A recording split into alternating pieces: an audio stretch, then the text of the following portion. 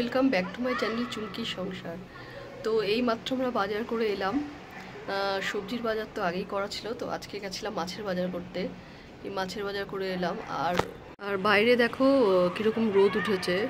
মানে ব্যাঙ্গালোরেও বেশ অনেক দিন ধরেই এখন গরম পড়ে গেছে, মানে ভালোই গরম পড়ে গেছে। আমরা 11 তলায় থাকি, তাতেও আমরা বুঝতে পারি গরমটা। তো এবার আমি কি মাছ এনেছি তোমাদের দেখাচ্ছি।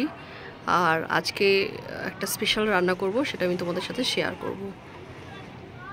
দেখো পুলের মধ্যে অনেক বাচ্চা দেখা যাচ্ছে, তার মানে এতটাই গরম পড়ে গেছে, বাচ্চাগুলো পুলে চলে যাচ্ছে এখন।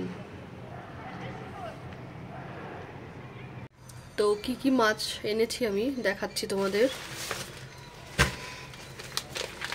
এখানে রয়েছে, এটা খুলি আগে। আচ্ছা, এখানে রয়েছে বাটা মাছ।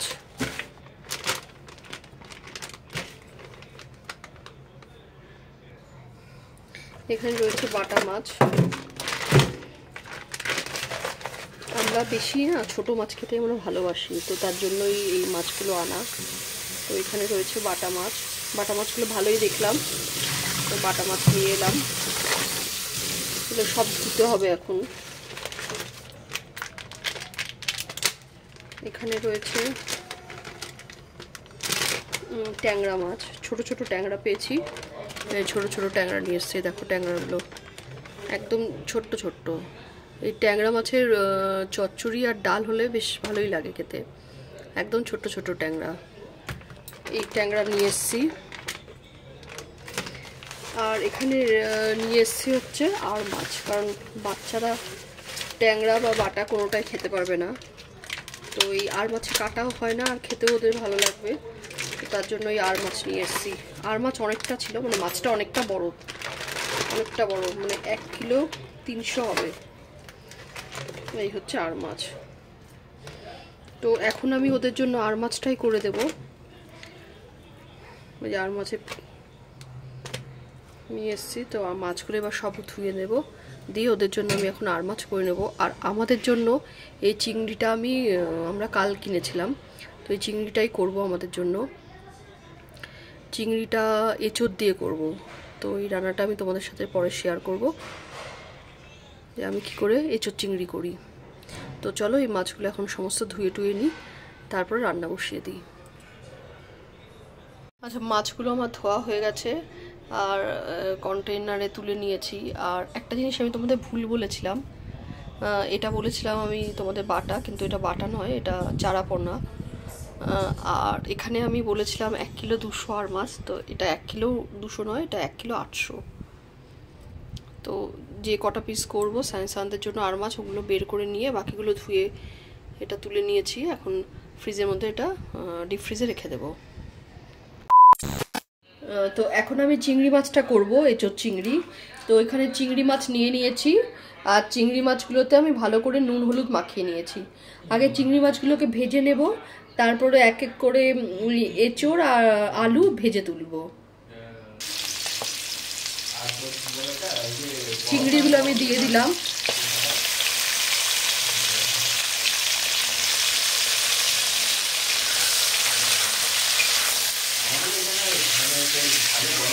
এবার নাড়াচাড়া করে ভেজে নেব, তবে চিংড়িগুলো আমি বেশি কড়া করে ভাজবো না, মোটামুটি ভাজা হলে আমি একটু লাল লাল হলে আমি তুলে ফেলবো।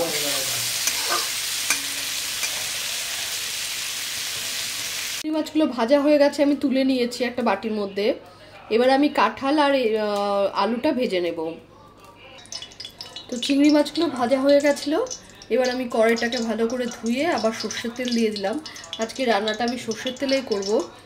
এবার এর মধ্যে আমি এক এক করে কাঁঠাল আর ওদিকে আলু ভেজে তুলব। এই হচ্ছে এখানে এই কাঁঠালটা নিয়ে নিয়েছি, মানে এঁচোড়টা ভালো করে ধুয়ে নিয়ে নিয়েছি। এবার এগুলো ভেজে তুলব। তেলটা আমার মোটামুটি গরম হয়ে গেছে, এবার আমি দিয়ে দেবো এগুলো।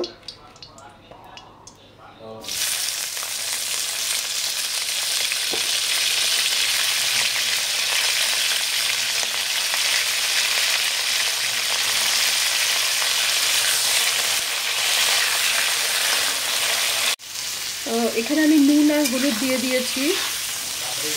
দিয়ে এবার ভালো করে এঁচড়গুলোকে ভেজে নেব।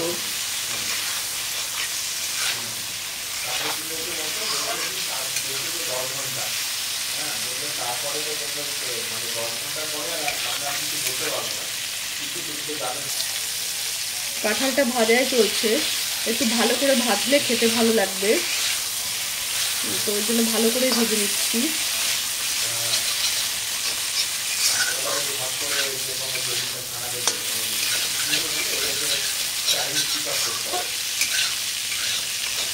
আর কিছুক্ষণ রেখে তুলে নেব। কাঁঠালটা অ্যাকচুয়ালি বলে কষিয়ে কষিয়ে রান্না করলে ভালো লাগে, তো তার জন্য কাঁঠালটা ভালো করে ভেজে নিই, দিয়ে মশলাটা ভালো করে কষিয়ে নেব।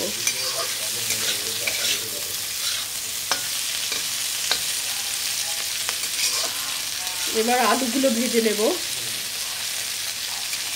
আমি এগুলো আলাদা আলাদা করেই ভাজছি, যাতে এটা বেশ খেতে ভালো লাগে, তো তার জন্য কাঁঠালটা আলাদা করে ভাজবো, আলুটা আলাদা করে ভাজছি। দুটো একসাথেও ভাজা যায়, যদিও এটাতে তেল একটু বেশি লাগে ঠিকই, কিন্তু এটা করলে খেতে ভালো লাগবে, একটা পদেই খাওয়া হয়ে যায়। কাঁঠালগুলো তুলে নিয়েছি, এবার আমি আলু দিয়ে দিলাম এর মধ্যে। আলুটা আবার ভাজা করে নেব, তবে আলুটা আর তুলব না, এর মধ্যে আলুটা সাইড করে তারপরে ওই জিরে আর শুকনো লঙ্কা ফোড়ন দিয়ে আদা বাটা লঙ্কা বাটা দিয়ে দেব। তবে আজকে আমি রসুন দেব না, কারণ চিংড়ি মাছ দিচ্ছি বলে আমি রসুন দেব না। চিংড়ি মাছ না দিলে আমি যেটা রসুন দিয়ে করতাম, কারণ চিংড়ি মাছের একটা আলাদা ফ্লেভার থাকে, তার রসুনটা এর জন্য আমি দেব না। রসুনটা দিলে চিংড়ি মাছের গন্ধটা একটু থাকবে না। তো আলুগুলো হোক এখন ভাজা ভাজা। আলুগুলো ভাজা হয়ে গেছে, এবার আমি এর মধ্যেই আলুগুলো একটু সাইড করে এর মধ্যে শুকনো লঙ্কা আর একটু সাদা জিরে ফোড়ন দিয়ে দেবো। আলুগুলো আর তুললাম না, কারণ এখনই মশলাটা আমি দিয়ে দেবো। এই যে সাদা জিরে দিয়ে দিলাম, এটা আমি সাদা জিরে দিয়েই মানে ফোড়ন হিসাবে সাদা জিরেটাই দিই, কালো জিরে দিই না। এবার আমি এটা একটু ভাজা ভাজা হলে, ফোড়নটা শুকনো লঙ্কাগুলো একটু ভাজা ভাজা হলে এর মধ্যে পেঁয়াজ দিয়ে দেব। পেঁয়াজ দিয়ে দিয়েছি, এবার টমেটো দিয়ে দেবো এর মধ্যে। পেঁয়াজটা একটু ভাজা ভাজা হলে এর মধ্যে আমি টমেটোটাও দিয়ে দেবো।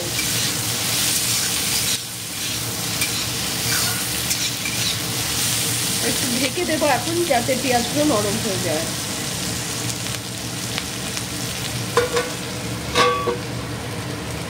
পেঁয়াজগুলো ভাজা ভাজা হয়ে গেছে দেখছি, এবার আমি এই অবস্থায় টমেটো ফেলে দেবো এর মধ্যে। এই টমেটোটা কুচিয়ে নিয়েছি, দিয়ে দিলাম, দিয়ে আবার একটু ঢাকা দিয়ে দেবো যাতে টমেটোগুলো গলে যায়।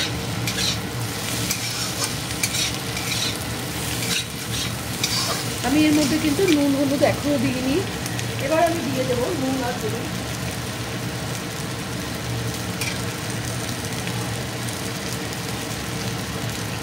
নুন দিয়ে দিলাম,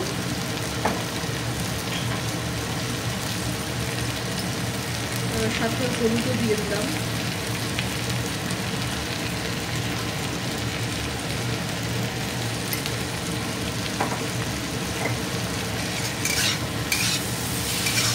এবার আবার ঢাকা দিয়ে দেবো।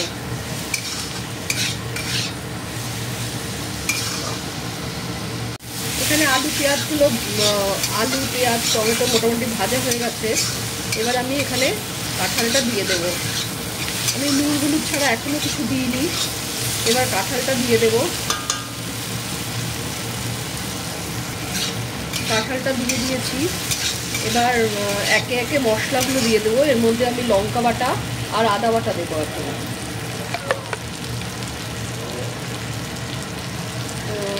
এখানে 1 চামচ দিলাম, এরকম চামচের 2 চামচ আমি লঙ্কা বাটা দিলাম। কাঁঠালটা একটু ঝাল ঝাল না হলে ভালো লাগবে না খেতে, তার জন্য আমি 2 চামচ দিলাম। এবার এর মধ্যে দেবো হচ্ছে আদা বাটা,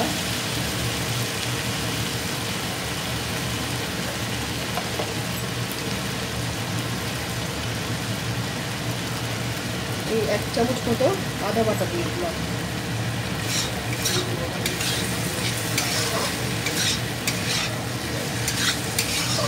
কাঁঠালটা যত কষাবো তত টেস্ট হবে, তো তার জন্য একটু ভালোভাবেই আমি কষিয়ে কষিয়ে করছি। এবার আবার একটু ঢাকা দিয়ে দেব।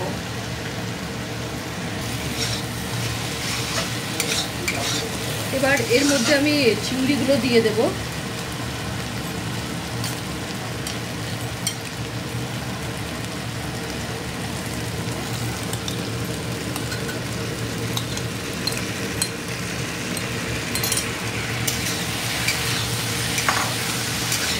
এবার এর মধ্যে একটু জিরের গুঁড়ো আর লঙ্কার গুঁড়ো দেব, দিয়ে আবার ঢাকা দিয়ে দেব।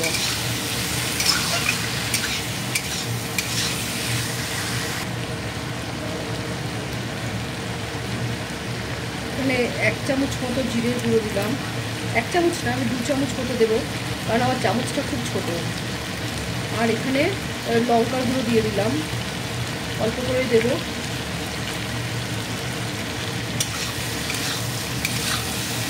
এবার এটাকে আবার ঢাকা দিয়ে দেবো।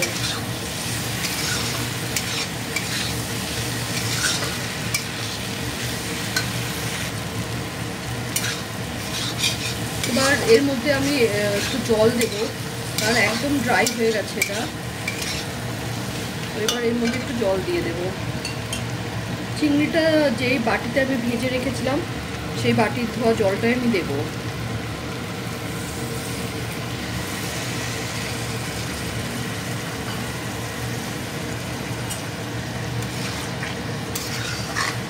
দিয়ে আবার এটা একটু ঢেকে দেব।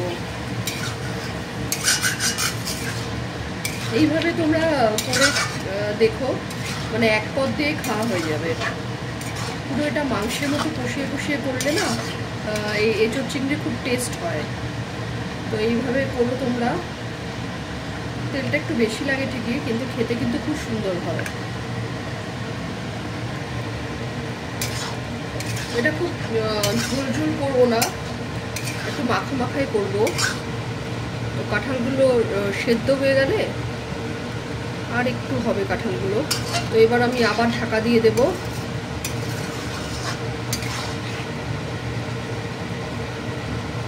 দিয়ে তারপর ঝোলের জন্য জল দিয়ে দেব। আর একটু হবে কাঁঠালগুলো। আলুগুলো একদম সেদ্ধ হয়ে গেছে, কিছু কিছু কাঁঠাল খুব ভালো সেদ্ধ হয়েছে, কিছু কিছু হবে। যাই হোক, এই অবস্থায় আমি এখন ঢাকা দিয়ে দেবো। গ্যাসটাকে একদম সিম করে এটা ঢাকা দিয়ে দেবো।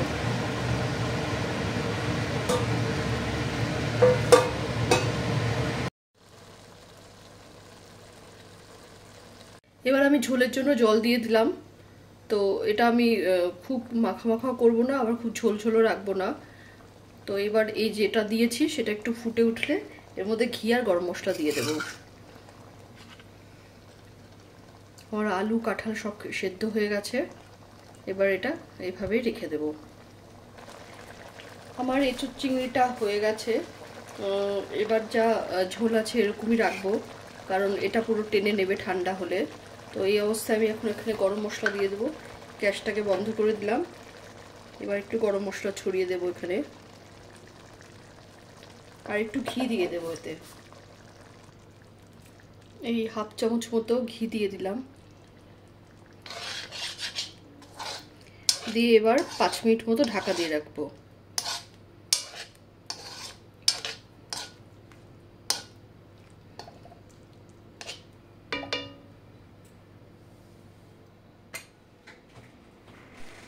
তাহলে আজকের ব্লগটা আমি এখানে শেষ করছি। যদি ভালো লেগে থাকে তাহলে অবশ্যই লাইক, সাবস্ক্রাইব এবং কমেন্ট করবে। দেখা হবে আবার একটি নতুন ব্লগ নিয়ে।